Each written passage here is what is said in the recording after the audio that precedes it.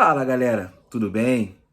Vim aqui rapidinho, sem cenário, sem nada, sem filtro, trocar uma ideia com vocês sobre o jogo de ontem, né? Sobre a frustração do torcedor vascaíno, tá? Eu vou tirar aqui o personagem, Negreira Pai do Zezéu, e vou falar como torcedor apaixonado. Vocês acreditam que ontem as pessoas tiveram a coragem de vir nas minhas redes sociais, me atacar e falar que eu tenho culpa de tudo isso que está acontecendo com o Vasco?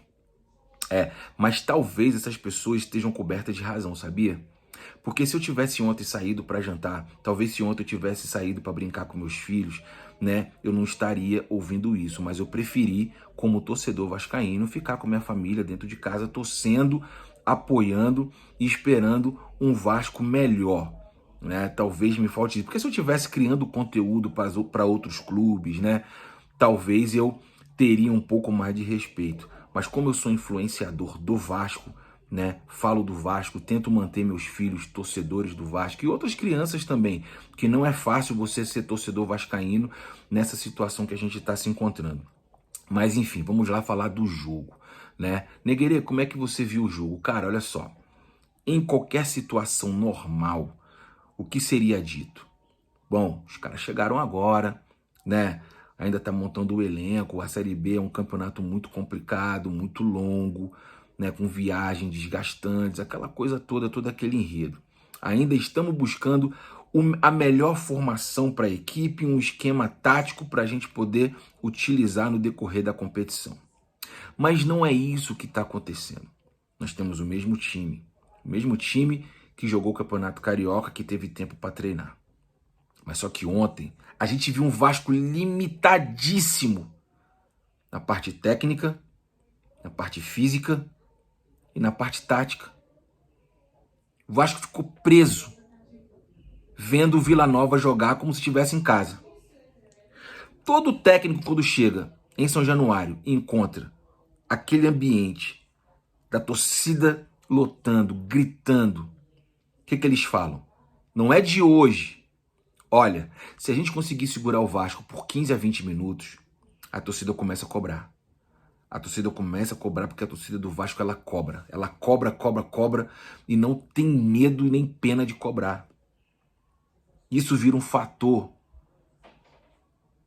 sabe, pro time adversário. Mas todo mundo consegue ver isso, menos o dirigente do Vasco e o técnico do Vasco.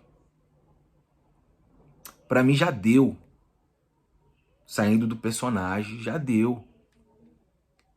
Os erros do passado não estão servindo de base para o que nós estamos passando hoje. Continua o mesmo erro. Continua os mesmos problemas. Não evolui, não muda.